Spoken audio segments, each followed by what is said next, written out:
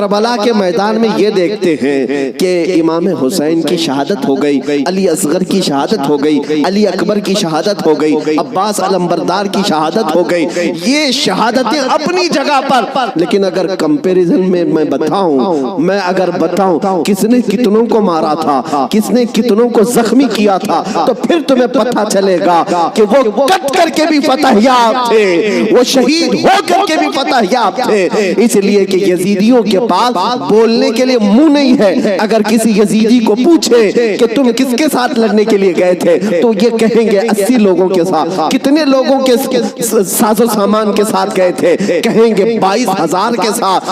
تو دنیا آج بھی ہنسے گی، 80 لوگوں سے لڑنے کے لیے 22,000 گئے تھے، کیا کیا لے کر گئے تھے؟ ہاتھی بھی تھے، گھوڑے بھی تھے، نیزے بھی تھے، تلواریں بھی تھی، بھالے بھی تھے، سب تھا۔ پھر اگر تم سے پوچھا جائے ساز و سامان کے ساتھ سہولتیں کیا تھی، یزیدی کہیں گے پورا پانی ہماری طرف تھا، دریائے فرات بھی ہماری طرف تھا، کھانا بھی ہماری طرف، پانی بھی ہماری طرف۔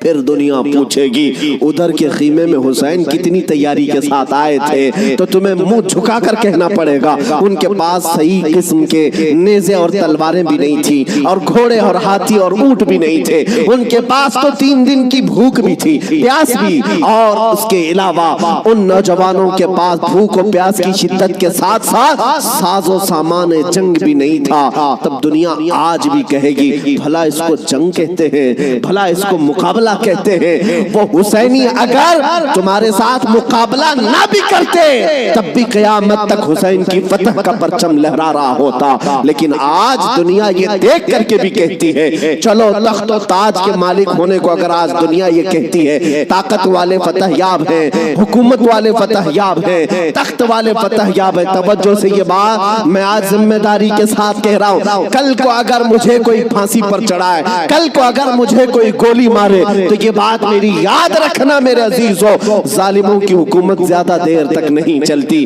یزید کا تخت بھی تھا، تاج بھی تھا، حکومت بھی تھی، فوجی بھی تھے، سپاہی بھی تھے، لیکن آج جاؤ اس یزید کے تخت کو ڈھونڈنے کے لیے، محل کو ڈھونڈنے کے لیے۔ دمشق آج بھی موجود ہے، ملک شام آج بھی موجود ہے۔ دمشق اگر جا کر کے لوگوں سے پوچھو گے وہ تخت کہاں ہے جہاں سے حکومت کی جاتی تھی، یہاں سے بیٹھ کر کے کربلا کے ریگزاروں میں خون بہایا جا رہا تھا، یزید کہاں ہے، تخت کہاں ہے؟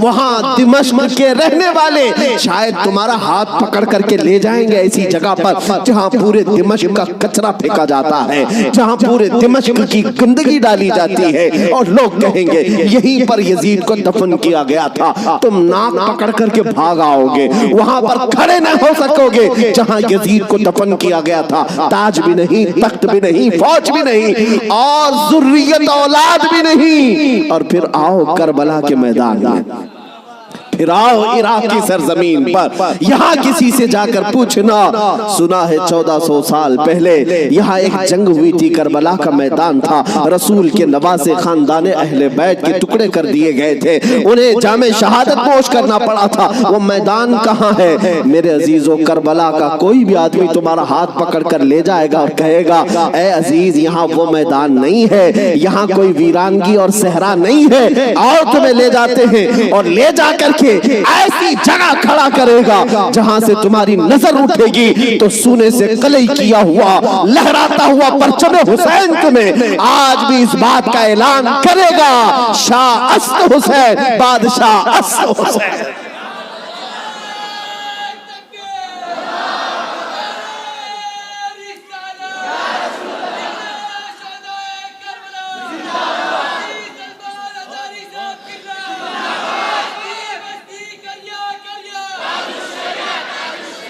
جانتے ہو بہت سارے بچے، بہت سارے نوجوان کسی نہ کسی شخصیت کو اپنا آئیڈیل بناتے ہیں بچپن سے۔ الحمدللہ میں یہ تحدیث نعمت کے لئے کہہ رہا ہوں، اللہ میری ماں کو سلامت رکھے، جن سے میں نے واقعات سنے ہیں تو خالد بن ولید کے سنے تھے، اور ہمارے آئیڈیل جو بزرگ ہیں اس میں مولا امام حسین ہیں، ہم نے ان کو آئیڈیل بنایا ہے، آپ بھی بنا لو، اس لیے کہ ان لوگوں کو جس نے، عزیزان گرامی وقار، آپ کو یہ بات یاد رکھنی ہوگی کہ جس کو آئیڈیل بنایا اور نمونہ بنایا ہے اس کے اندر اسی طرح کی عادتیں بھی آتی ہیں، اسی لیے میرے آقا صلی اللہ علیہ وسلم نے ارشاد فرمایا اپنی صحبتیں ڈھونڈ کر کے بناؤ، دوست بھی بناؤ یا کسی کے پیچھے چلو تو پہلے دیکھ لو۔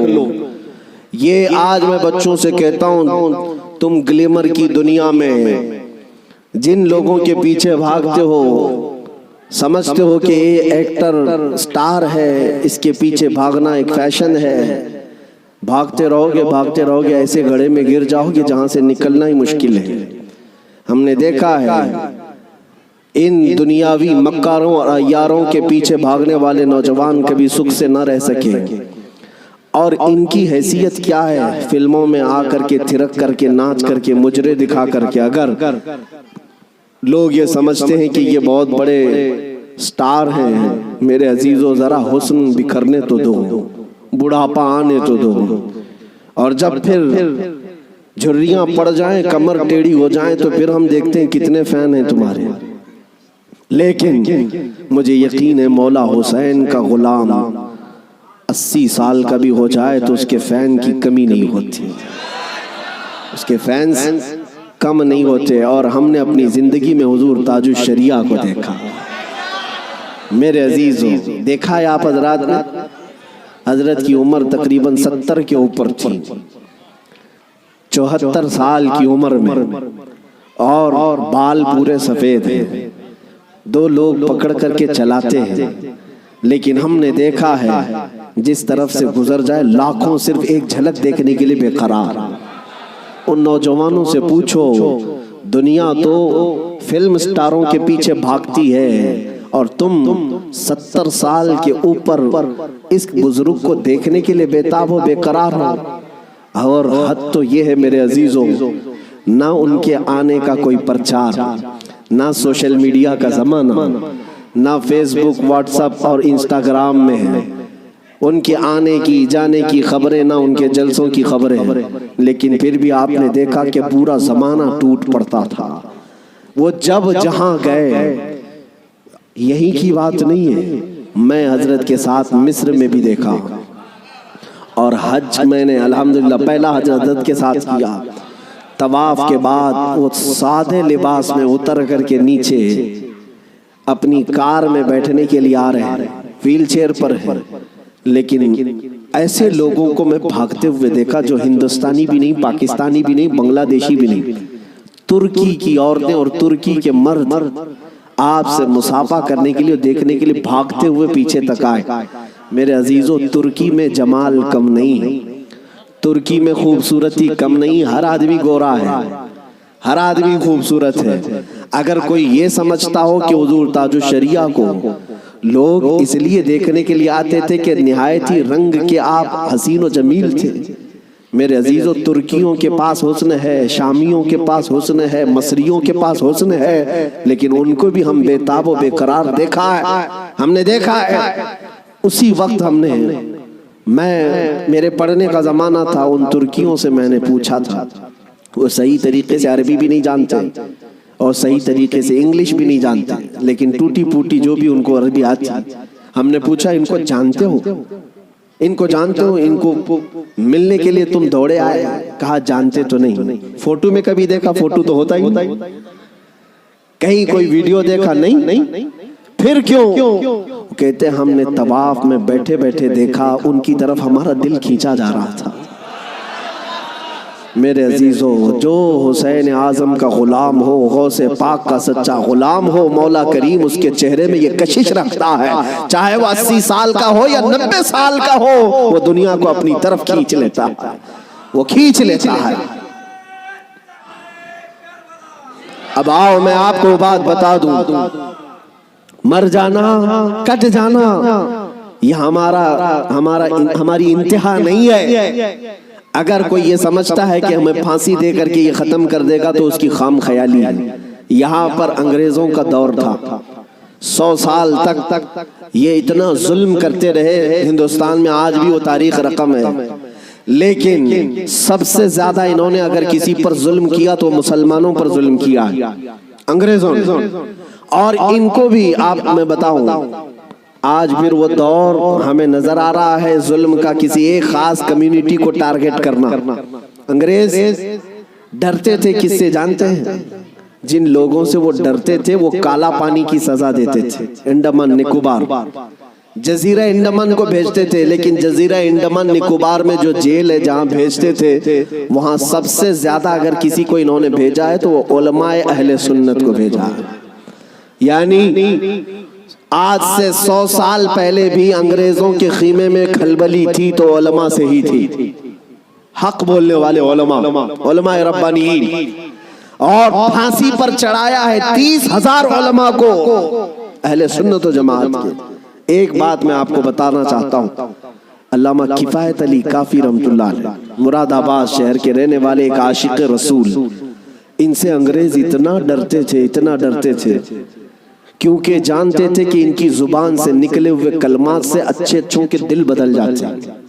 ان کو پتا ہے عالم ربانی عالم حقانی کی زبان کو وہ توپ سے زیادہ اہمیت دیتے ہیں. کوئی توپ اور بندوق سے مارے اس سے زیادہ اہمیت ان کو ایک عالم ربانی کی زبان سے نکلے ہوئے حق جملے. اسی لیے کفایت علی کافی کو گرفتار کرنے کے لیے جانتے ہیں کتنے لوگ آئے تھے؟ انگریز فوج کے 3,000 لوگ آئے تھے ایک عالم کو گرفتار کرنے کے لیے. ہمیشہ دنیا کے ظلم نے یہ بتایا ہے کہ یہ بزدل ہوتے ہیں، ہمیشہ بتایا ہے انہوں نے کہ باطل خیموں میں اکثر مادہ ہوتے ہیں، ان میں شیر نر نہیں ہوتا. ایک اہل سنت و جماعت کے عالم ربانی کو گرفتار کرنے کے لیے 3,000 کی فوج آئی اور گرفتار کیا، اور انہیں گرفتار کر کے سزائیں کیا دی تھی جانتے ہیں؟ ان کے جسم پر گرم استری پھیری جاتی تھی، اور جب ان کی چمڑی جل جاتی تھی تو نمک چھڑکا جاتا تھا. یہ کفایت علی کافی رحمت اللہ علیہ تقریباً 1 ہفتے تک انہیں سزائیں دی گئی، اور پھر کہا جانے لگا کہ تم فتویٰ بدل لو، تم اپنی باتیں بدل لو، ہم اپنی حکومت میں تمہیں اہم عہدہ بھی دے دیں گے اور ماہانہ وظیفہ بھی جاری کر دیں گے. مگر وہ کفایت علی کافی عاشق رسول تھے، بازار مصطفیٰ میں بکا ہوا غلام پھر کسی انگریز کے ہاتھ میں کیسے بک سکتا ہے؟ میرے عزیزوں، وہ کفایت علی کافی اعلیٰ حضرت سے پہلے کے ہیں، اعلیٰ حضرت سے پہلے کہ 1857 کی بات کر رہا ہوں، غدر جس کو کہتے ہیں انگریز. اس وقت کفایت علی کافی سے کہا ان لوگوں نے، آپ نے کہا میں اپنے جملوں کو اور اپنی زبان کو بدل لوں، وہ بھی میرا دین اتنا ہلکا اور سستا نہیں ہے. میرے جسم کو ابھی تم نے صرف استری سے پھیرا ہے، اگر ٹکڑے بھی کر دو تو میں اپنے اسی عزم پر باقی رہوں گا، اس لیے کہ کربلا کی داستان ہم نے بھی پڑھی ہے. میرے عزیزوں، کفایت علی کافی رحمت اللہ تعالیٰ علیہ کو 7 دن کے بعد تقریباً ایک چوراہے پر پھانسی کے لیے لایا گیا، اور سارا مجمع بھی تھا، پھانسی پر آپ کو چڑھایا گیا. اور اس عاشق رسول سے انہوں نے کہا تھا کہ اگر کوئی آخری خواہش ہے تو بتاؤ. ایک سچا عاشق رسول یہ نہیں کہتا کہ بیوی کو دیکھ لوں، بچوں سے بات کر لوں، جائیداد پراپرٹی کی وصیت کر لوں، بلکہ وہ کہتا ہے عاشق رسول پھانسی کا پھندا لگنے سے پہلے خواہش یہ ہے کہ ایک بار نعت رسول پڑھ لوں. اور پھر کہا گنگناتے ہوئے، کوئی گل باقی رہے گا نہ چمن رہ جائے گا، پر رسول اللہ کا دین حسن رہ جائے گا. اطلس و کم خواب کی پوشاک پہ نازاں نہ ہو، اس تنے بے جان پر صرف خاکی کفن رہ جائے گا. سب فنا ہو جائیں گے کافی وہ، لیکن حشر تک نام حضرت کا زبانوں پر